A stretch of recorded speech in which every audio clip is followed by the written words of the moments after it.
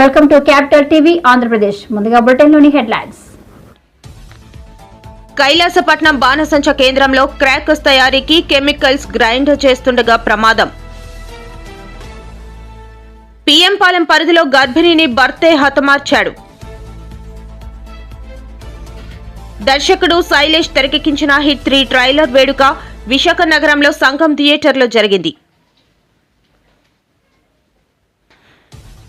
Mayor అవిశ్వాస తీర్మానం సమావేశానికి వామపక్షాలు దూరంగా ఉంటాయి. టీటీడీ గోశాలలో గోవుల మరణాలపై వైఎస్ఆర్సీపీ వాస్తవాలను బయటపెట్టడంతో వాటిని కప్పిపుచ్చుకునేందుకే టీడీపీ కుట్ర. వైఎస్ జగన్ ను అంతం చేసేందుకు టీడీపీ చేస్తున్న కుట్రలు మరోసారి బయటపడ్డాయి. జగన్ ది క్షుద్ర రాజకీయాలు చేస్తున్నాడని టీడీపీ నేత వర్ల రామయ్య మండిపడ్డారు. కైలాసపట్నం బాణసంచ కేంద్రంలో క్రాకర్స్ తయారీకి కెమికల్స్ గ్రైండర్ చేస్తుండగా ప్రమాదం జరిగినట్లు ప్రాథమిక విచారణలో వెల్లడైనట్లు అనకాపల్లి జిల్లా ఎస్పీ తుహిన్ సిన్హా తెలిపారు. కోటవరట్ల పోలీస్ స్టేషన్లో ఆయన మాట్లాడారు. 8 లైవ్స్. సో దానికి సంబంధించి అప్డేట్ ఇవ్వడానికి ఈరోజు మీడియా ఫ్రెండ్స్ అందరికీ ఇక్కడ పిలవడం జరిగింది. సో ఇది accident Vijayalakshmi Ganesh fire works Kailasapatnam village Kotauratla mandal Payakaraopeta assembly constituency. అక్కడ 12:45 to 1 మధ్యలో ఇది యాక్సిడెంట్ జరిగింది. ఒక పెద్ద సౌండ్ వచ్చింది. ఆ సౌండ్ వైబ్రేషన్స్ మన పోలీస్ స్టేషన్ వరకు కూడా వినపడింది. సో వెంటనే లోకల్ ఎస్హెచ్ఓ కోటవరూట్ల రమేష్ గారు along with his team accident site వైపు బయలుదేరారు. అక్కడికి 2 బిల్డింగ్స్ మొత్తం డిస్ట్రాయ్ అయిపోయింది because of the heavy blast and heavy fire. ఆ ప్లేస్కి చాలామంది విలేజర్స్ మన పోలీస్ స్టాఫ్కి కూడా స్టాప్ చేశారు కి అక్కడ వెళ్ళకూడదు సార్, కండిషన్ బాగాలేదు, మీరు వెళ్తే మీకు కూడా డేంజర్ ఉంటుంది, ఆ విధంగా చెప్పడం జరిగింది. కానీ అప్పుడు కూడా I must appreciate the work of SHO Kotauratla. అతనే అప్పుడు కూడా టీంతో పాటు యాక్సిడెంట్ సైట్ దగ్గర వెళ్ళారు. వెంటనే 1:10 మధ్యలో అతను రీచ్ అయ్యారు విదిన్ 20 minutes. ఫస్ట్ అంబులెన్సెస్ అందరికీ కాల్ చేసేసి పిలిచారు. మన local CHC and area hospital Narsipatnam నుంచి 4-5 అంబులెన్సెస్ విదిన్ 30 to 40 minutes టైంలోనే రీచ్ అయింది. అక్కడ టోటల్ 8 ఇంజర్డ్ పర్సన్స్కి police help, local villages help, revenue help, fire department హెల్ప్తో పాటు షిఫ్ట్ చేయడం జరిగింది టు సిహెచ్సి కోటవరూట్ల. అక్కడ నుంచి ఎవరెవరికి పెద్ద ఇంజరీస్ వచ్చింది వాళ్ళకి కేజీహెచ్ హాస్పిటల్ విశాఖపట్నం షిఫ్ట్ చేయడం జరిగింది. ఆ డిసీజ్ పర్సన్స్కి కూడా వెంటనే మనం అక్కడ సీన్ శానిటైజ్ చేసేసి ఇన్వెస్టిగేషన్ త్వరగానే కంప్లీట్ చేసి ఫ్యామిలీ మెంబర్స్ని ఇంటిమేట్ చేయడం జరిగింది. ఐడెంటిఫికేషన్ అయిన తర్వాత ఆల్ 8 డెడ్ బాడీస్ మనం రెస్పెక్ట్ఫుల్లీ ఏరియా హాస్పిటల్ నర్సీపట్నంకి ట్రాన్స్పోర్ట్ చేయడం జరిగింది for post mortem, inquest and other formalities. ఈ ఫ్యామిలీ మెంబర్స్కి కూడా వెంటనే ఇంటిమేషన్ చేయడం జరిగింది. And I would like to thank media friends also. వాళ్ళు కూడా క్విక్గానే రెస్పాండ్ అయ్యి ఫ్యామిలీ మెంబర్స్కి కూడా ఇన్ఫర్మేషన్ త్వరగానే వెళ్ళింది కాబట్టి we did not face any problem in intimating to the family members of the deceased. ఇందులో total family members are total deceased list 5 చనిపోయారు. వాళ్ళ లిస్ట్ ఒక్కసారి రీడౌట్ చేస్తాను. 8 మంది చనిపోయారు. I'm sorry. దాడి రామలక్ష్మి గారు from Rajupeta village Kotauratla mandal, Uram Papu Kailasapatnam village Kotauratla mandal, Gumpina Venu Kailasapatnam village Kotauratla mandal, Senapathi Padayya Naidu AK Baburao from Chowduvada village of Kota. PM Palem పరిధిలో గర్భిణిని భర్తే హతమార్చాడు. దీనికి సంబంధించిన వివరాలను ఏసీపీ అప్పలరాజు సోమవారం వెల్లడించారు. అనుష జ్ఞానేశ్వరరావు 2 ఏళ్ల క్రితం ప్రేమ వివాహం చేసుకున్నారు. ఈ మన అనుష అనే ఆమెకి సంబంధించి అయితే వాళ్ళ మదరు వాళ్ళ సిస్టర్ వాళ్ళందరూ కూడా అడ్ రోడ్ దగ్గర ఉంటారు. అక్కడ వాళ్ళ ప్రాంతం. వీళ్ళిద్దరికీ కూడా కొన్ని రోజుల క్రితం పరిచయం అయింది. లవ్ చేసుకున్నారు. లవ్ చేసుకున్న తర్వాత ఇద్దరు 2022 డిసెంబర్ 10వ తారీఖున మన సింహాచలంలో పెళ్లి కూడా చేసుకోవడం జరిగింది. పెళ్లి చేసుకున్న తర్వాత వీళ్ళు ముందు కాపురం మన అరిలోవా పోలీస్ స్టేషన్ ఏరియాలో కొన్ని రోజులు కాపురం ఉండేవారు. తర్వాత మన బెందుర్తి ఏరియాలో కొన్ని రోజులు కాపురం ఉన్నారు. తర్వాత మన మధురవాడ ఏరియాలో కూడా ఈ కాపురం ఉన్నారు. ఈ క్రమంలో ఉండేటప్పుడు ఈ మధ్యకాలంలో అతను యాక్చువల్ గా ఏం చేస్తుంటే జ్ఞానేశ్వరరావు మన హిందుస్థాన్ స్కౌట్స్ అండ్ గైడ్స్ అనే ఆర్గనైజేషన్ లో ఈయన పనిచేస్తుంటాడండి.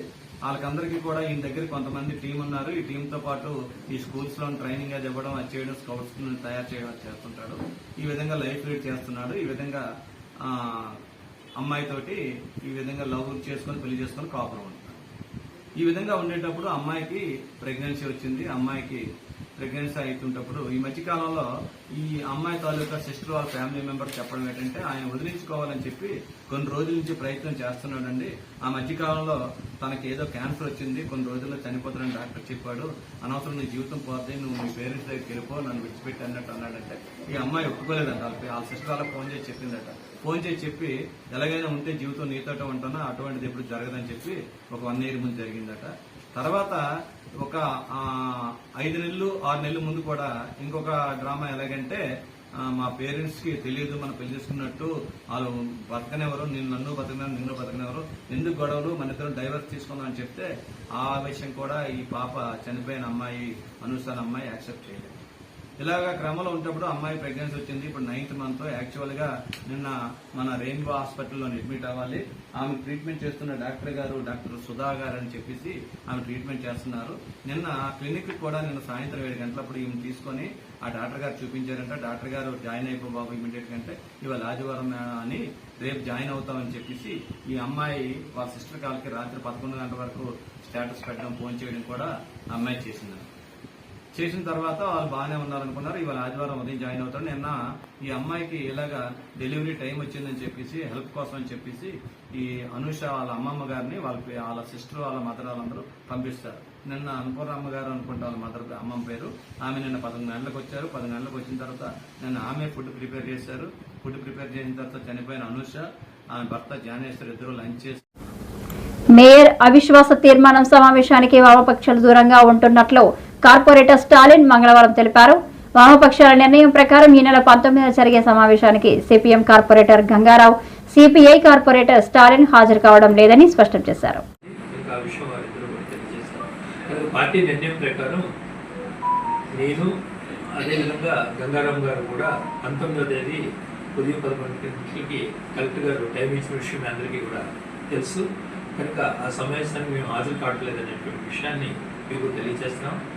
అందుకు ముఖ్యంగా ఏంటంటే వామపక్ష పార్టీల యొక్క ఐక్యతని దృష్టిలో పెట్టుకుని ఓవీ కమ్యూనిస్ట్ పార్టీలో కూడా ఈ నిర్ణయం తీసుకోవడం అనేటువంటిది జరిగింది. రెండోది, చంద్రబాబు నాయుడు గారు తెలుగుదేశం పార్టీ బీజేపీతో కలిసి పనిచేయడం అనేటువంటి జరుగుతుంది.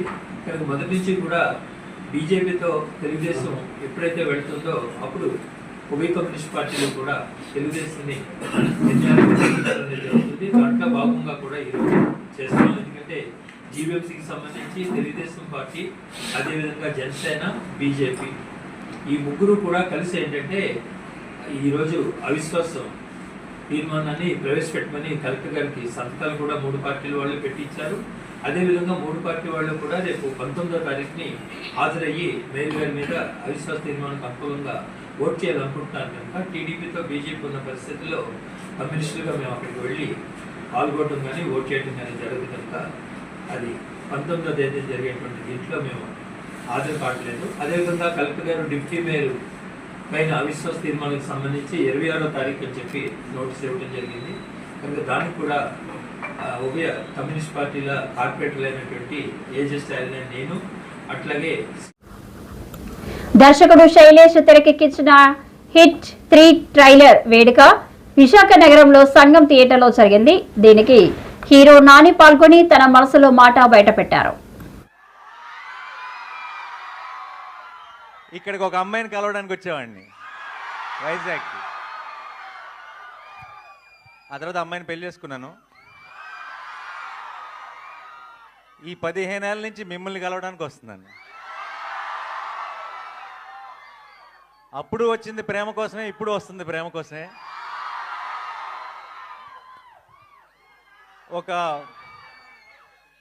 ఒక స్పెషల్ బాండ్ ఏర్పడిపోయింది. వేరే ఊర్లకి వెళ్ళినప్పుడు నన్ను అక్కడ ఒక అన్నలాగానో తమ్ముళ్ళలాగా చూస్తారేమో, కానీ వైజాగ్ వచ్చినప్పుడు మాత్రం అల్లుడిలాగే చూస్తారు.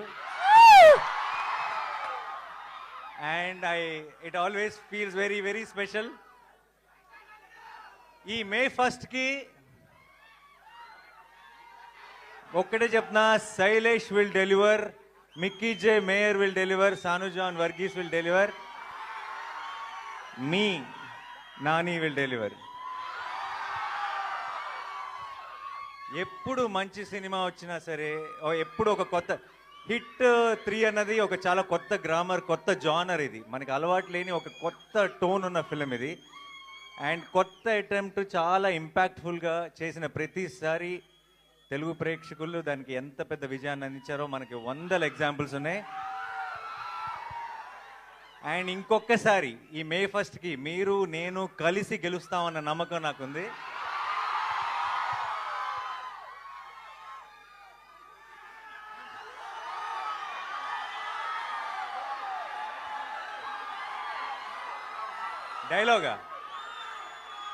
డైలాగా చాలా డైలాగులు లేదండి.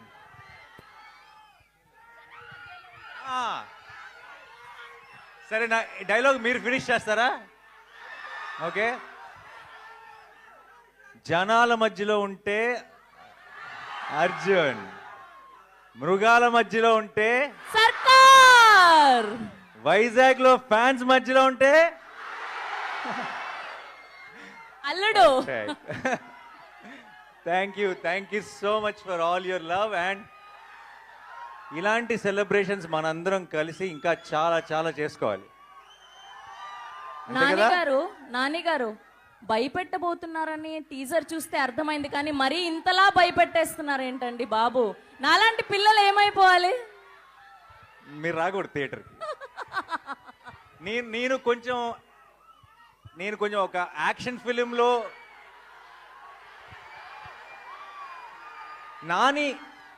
నాని యాక్షన్ ఫిల్మ్ చేయాలని కోరుకునే వాళ్ళు ఎంతమంది చేయొద్దండి.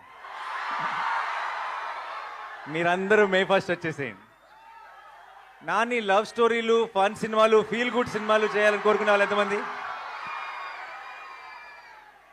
మీరు మరి మే 1 కొంచెం జాగ్రత్తగా ఉండండి. ఒకవేళ మీకు దీంతో పాటు అది కూడా ఇష్టమైతే మీరు కూడా మే 1కి వచ్చేసేయండి. ఓకేయా? టీటీడీ గోశాలలో గోవుల మరణాలపై వైఎస్ఆర్సీపీ వార్తలను బయటపెట్టడంతో వాటిని కప్పిపుచ్చుకునేందుకు ముఖ్యమంత్రి Chandrababu, TTD chairman BR Naidu, EO శ్యామలరావులు తలో రకంగా స్పందిస్తున్నారని మాజీ టీటీడీ చైర్మన్ భూమన కరుణాకర్ రెడ్డి మండిపడ్డారు. తిరుపతి క్యాంపు కార్యాలయంలో మీడియాతో మాట్లాడుతూ, మీ చైర్మన్ బీఆర్ నాయుడు గారు 22 ఆవులు చనిపోయినాయని ప్రకటన చేసినందుకు శ్యామలరావు గారిని సస్పెండ్ చేయటము, బీఆర్ నాయుడు గారిని తొలగించటము 2 జరగాల. మీరేమో ఒక్క ఆవు కూడా చనిపోలేదు అని మీరు చెప్పినారు. మీరు చెప్పి అంతా కలిపితే 2-3 గంటలు కూడా కాలేదు. అంతకు పూర్వమే 1 గంట ముందు మీరు నియమించినటువంటి మీ శ్యామలరావు గారు, ఈవో గారు 43 ఆవులు చనిపోయాయి అని చాలా స్పష్టంగా ప్రకటించటం జరిగింది. అలాగే అధ్యక్షుడు బీఆర్ నాయుడు గారు కూడా నిన్న పత్రికా సమావేశంలో చెప్పటం జరిగింది. ఇది నా మొదటి విషయం. అయితే రెండవ విషయం, నేను 3 రోజుల క్రితం ఆ గోమాతలు చనిపోతున్నాయి అనని ఏ ఫోటోలైతే చూపిస్తూ నేను మాట్లాడానో అవి ఫేక్ అని, మార్ఫింగ్ అని టీటీడీ ప్రకటన చేసింది. దానితో పాటు తెలుగుదేశం పార్టీ పెద్ద ఎత్తున సోషల్ మీడియాలో వైరల్ చేసింది.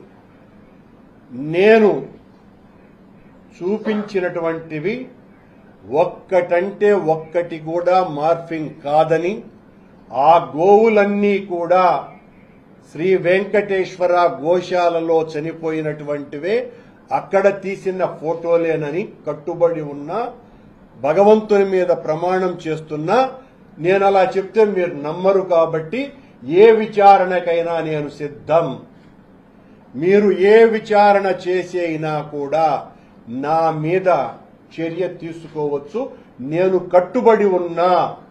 ఒక్క ఫోటో కూడా మార్ఫింగ్ కాదని, అది గోశాలలో చనిపోయినటువంటి ఆవుల ఫోటోలేనని తెలియజేస్తున్నా.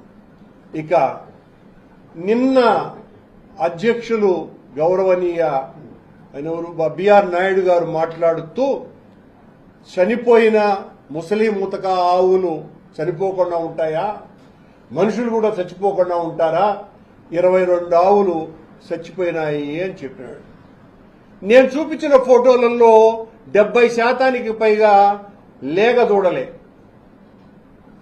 అవన్నీ కూడా పత్రికల్లోనూ వార్తల్లోనూ మీ ప్రసార మాధ్యమాల్లోనూ కూడా వచ్చినాయి. మరి బిఆర్ నాయుడు గారి దృష్టిలో లేగదూడలు వృద్ధాప్యంతో చనిపోయినాయా అని నేను ప్రశ్నిస్తున్నాను. నేను చెప్పినటువంటి ఆవులు చనిపోనే లేదు అని చెప్పినటువంటి మీరు మొదట వైఎస్ జగన్ ను అంతం చేసేందుకు టీడీపీ చేస్తున్న కుట్రలు మరోసారి బయటపడ్డాయని శ్రీకాంత్ రెడ్డి అన్నారు. మీడియాతో మాట్లాడుతూ కూటమి ప్రభుత్వం ఏర్పాటైన నాటి నుంచి ఒక పథకం ప్రకారం వైఎస్ జగన్ కు హాని తలపెట్టేందుకు కుట్రలు జరుగుతున్నాయని ఆందోళన వ్యక్తం చేశారు. హేళనగా చేస్తూ, వాడిన ఆయుధాన్ని వేరే రకంగా మాట్లాడుతూ, ఆ ప్రయత్నం హేళనగా చేస్తూ కేసు నీరుగారే ప్రయత్నం చేశారు. అప్పుడు ఎన్నికల సమయంలో కానీ, మన ఎన్నికల సమయంలో కానీ వాళ్ళ ఇంటికి టీడీపీ నాయకులు వెళ్ళటం, ఈ రోజున గౌరవ మాజీ ఐపీఎస్ అధికారి అయినటువంటి ఏపీ వెంకటేశ్వరరావు గారు ఆయన ఇంటికి వెళ్ళటం, ఆయనతో ముచ్చటించడం, అతనితో చర్చలు జరపటం ఎంతవరకు సమంజసం? హేటెడ్ రాజకీయాలకు తెరదింపుతున్నారు వీళ్ళంతా. ద్వేషించే రాజకీయాలు తీసుకొస్తున్నారు. ప్రజాస్వామ్యపరంగా వెళ్దాం, ప్రజలు ఏదైతే మనల్ని నమ్మి వాళ్ళు ఉన్నారో, గత స్ఫూర్తితో గౌరవ అంబేద్కర్ గారు కానీ, గాంధీజీ గారి మహనీయులు ఏదైతే ఆశించారో వాళ్ళ యొక్క అడుగుజాడలో నడవకుండా, ఎవరైతే ప్రతిపక్షంగా ఉన్నారో వాళ్ళు టార్గెట్ చేసుకుంటూ, వ్యక్తిత్వ హననాలకు పాల్పడుతూ, టార్గెట్ చేస్తూ ఇటువంటి ప్రయత్నాలు చేస్తుండడం సమంజసమా? ఏదైతే హత్య చేయాలి అని చెప్పి భావించినటువంటి వ్యక్తిని తన నిర్దోషముగా ఇది కాలేదు, అయినా తనతో చర్చలు జరపడం, ఒక మాజీ డీజీగా పనిచేసిన వ్యక్తి, రాష్ట్రానికి ఇంటెలిజెన్స్ చీఫ్గా పనిచేసిన వ్యక్తి ఇంటికి వెళ్ళి తనతో ముచ్చటించడము అని అంటే ఎటువంటి ఆలోచనలు మీకు వస్తున్నాయన్నటువంటిది ఒకసారి ఆలోచన చేయమంటున్నా.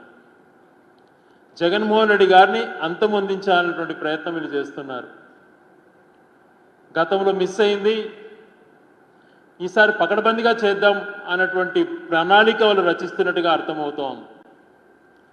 ఈ మధ్యన భద్రత చూస్తుంటే, తను కల్పించిన భద్రతలో కానీ, తను ఎక్కడికైనా వెళ్ళినప్పుడు ప్రభుత్వం వ్యవహరిస్తున్న తీరు కూడా గమనించినప్పుడు, అనంతపూర్ పర్యటనలో కానీ, గుంటూరు పర్యటనలో కానీ, ఉత్తరాంధ్ర పర్యటనలో కానీ ఎక్కడికి వెళ్ళినా కూడా పోలీసులు వ్యవహరిస్తున్నటువంటి నిర్లక్ష్యమ ధోరణి, ఇప్పుడు జరుగుతున్న పరిణామాలను గమనిస్తే ఖచ్చితంగా వీళ్ళు ఒక ప్రణాళిక రూపొందించుకొని జగన్మోహన్ రెడ్డి గారిని ఎలా అంతమొందించాలన్నటువంటి ప్రయత్నాలు వీళ్ళు చేస్తున్నారు.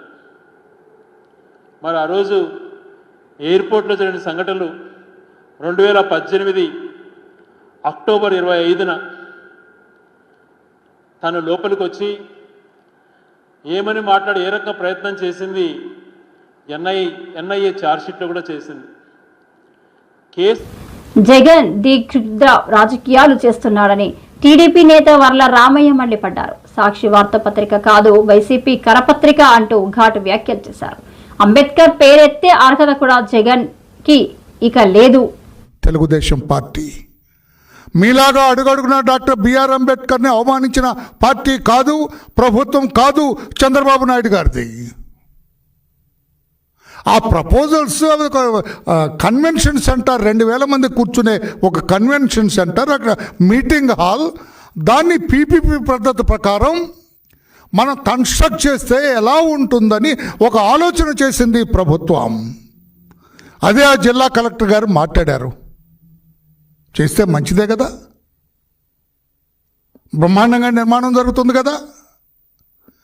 2000 మంది 2500 మంది కూర్చొని ఒక సమావేశాన్ని ఏర్పాటు చేసుకునే బ్రహ్మాండమైన ఎయిర్ కండిషన్ హాల్ నిర్మాణం పీపీపీ పద్ధతిలో చేయాలని ఒక ఆలోచన ఉన్నది ప్రభుత్వానికి. ఇది మొత్తం ప్రైవేట్ పరం చేస్తున్నారు, అంబేద్కర్ గారినే ప్రైవేట్ పరం చేస్తున్నారు. చెయ్యరండి. అక్కడ అంబేద్కర్ దగ్గర పగలగొట్టారు, అన్ని తప్పుడు రాతలు. అందుకే కరపత్రిక, అది వార్తాపత్రిక. అదే వార్తాపత్రిక అయితే రాయరు, అది నిజంగా సార్ అంటారు కొంతలో కొంత. అది కరపత్రిక కనుక జగన్మోహన్ రెడ్డి ఏది చెబితే అదే రాస్తారు. ఏం పగలగొట్టారు? పగలగొట్టిన మాట కరెక్ట్. అక్కడ పత్రిక మీరు కూడా వినాలి, జగన్మోహన్ రెడ్డి మనస్తత్వం ఏంటో మీరు కూడా వినాలి. ఆ అంబేద్కర్ ఆ పెద్ద ఎత్తైన విగ్రహాన్ని 400 కోట్ల రూపాయలు 404 కోట్ల రూపాయలు ఖర్చు పెట్టి నిర్మించిన మాట కరెక్టే, నేను కాదంటం లేదు. మంచి నిర్మాణం జరిగింది, నేను కాదంటలేదు నేను. కానీ డాక్టర్ బిఆర్ అంబేద్కర్ గొప్ప, జగన్మోహన్ రెడ్డి గొప్ప అని మీరు చెప్పండి. మీరు ఐఎమ్ సారీ టు సే, మీరు దీంట్లోంచి వచ్చారు, ఒక మంచి సామాజిక వర్గం నుంచి వచ్చారు మీరు. డాక్టర్ బిఆర్ అంబేద్కర్ గొప్పవాడా, జగన్మోహన్ రెడ్డి గారు గొప్పవారండి? 11 ఛార్జ్షీట్లు సిబిఐ వేసింది మన జగన్మోహన్ రెడ్డి గారి మీద. 5 ఎన్ఫోర్స్మెంట్ డైరెక్టరేట్ కేసులు వేసిందండి మన జగన్మోహన్ రెడ్డి మీద. ప్రతి శుక్రవారం కోర్టుకు వస్తాడండి మన జగన్మోహన్ రెడ్డి గారు. ఆయన ఏం చదువుకున్నాడు ఇప్పటికి కూడా పెద్ద రహస్యంగా ఉండిపోయిందండి ఆంధ్రప్రదేశ్ రాష్ట్రంలో జగన్మోహన్ రెడ్డి గారు. తల్లిని చెల్లిని తరిమి కొట్టిన వ్యక్తి అండి మన జగన్మోహన్ రెడ్డి గారు. అవగాహన లేని వ్యక్తి అండి జగన్మోహన్ రెడ్డి గారు. 5 ఏళ్ల పరిపాలన అదొక అరాచక పరిపాలన అండి జగన్మోహన్ రెడ్డి గారిది. ఈయన గొప్ప, ప్రపంచ మేధావి, భారతదేశానికి అత్యున్నతమైన రాజ్యాంగాన్ని రచించి వశం చేసిన వ్యక్తి డాక్టర్ బిఆర్ అంబేద్కర్. ఆయన గొప్పవాడా? ఆయనండి జగన్మోహన్ రెడ్డి అండి. ఆ విజయవాడ స్వరాజ్ మైదాన్లో నిర్మితమైన ఆ అంబేద్కర్ ఆ సముదాయంలో వైఎస్ జగన్మోహన్ రెడ్డి అనే అక్షరాలు పెద్ద అక్షరాలు, డాక్టర్ బిఆర్ అంబేద్కర్ చిన్న అక్షరాలు పెట్టాడు. దానికి కడుపు మండిన ఒక దళితుడు వెళ్ళి సుత్తి తీసుకెళ్ళి దాన్ని పగలగొట్టాడట. అది చంద్రబాబు నాయుడు గారు ఆయన ఇంట్లో నుంచి సుత్తి తీసుకెళ్ళి ఈయనే పగలగొట్టినట్టుగా రాస్తాడు. ఇది చెత్త రాతలు కదండి జగన్మోహన్ రెడ్డి గారు. నేను ఈ రోజున అంటున్నాను, నేను చంద్రబాబు నాయుడు గారికి అత్యంత గౌరవం ఉన్నది డాక్టర్ బిఆర్ అంబేద్కర్ అంటే. మీకున్నదా జగన్మోహన్ రెడ్డి గారు? జగన్మోహన్ రెడ్డి గారు మీకు డాక్టర్ బిఆర్ అంబేద్కర్ పట్ల గౌరవం ఉన్నదా? గౌరవం ఉంటే జగన్మోహన్ రెడ్డి గారు మీరు ముఖ్యమంత్రిగా ఉండగా, అంతకుముందు ముఖ్యమంత్రిగా ఉన్న చంద్రబాబు నాయుడు గారు దళిత బిడ్డలు విదేశాలకు వెళ్ళి చదువుకునే అవకాశం ఇచ్చిన ఒక పథకానికి డాక్టర్ బిఆర్ అంబేద్కర్ విదేశీ విద్యా విధానం అని పెడితే, మీరు ముఖ్యమంత్రి అయిన తర్వాత డాక్టర్ బిఆర్ అంబేద్కర్ పేరు తీసేయండి, నా ముందు ఆయనంతా అని చెప్పి వైఎస్ జగన్ విదేశీ విద్యా విధానం అని పెట్టుకుంది. నిజం కాదా? మీకు గౌరవం ఉందా డాక్టర్ బిఆర్ అంబేద్కర్ అంటే? నిజం చెప్పండి. మీరు ముఖ్యమంత్రిగా ఉండగా జగన్మోహన్ రెడ్డి గారు వర్గాలని ఉన్నత స్థితిలో చూడాలని, ఆర్థికంగా స్థిరపరచాలనే ఉద్దేశంతో పెట్టింది నారా చంద్రబాబు నాయుడు గారని మీకు గుర్తు చేస్తున్నా. ఏతావాత ఫ్రెండ్స్, మీ అందరికి ఒకసారి గుర్తు చేస్తున్నా, చంద్రబాబు నాయుడు గారు ఒక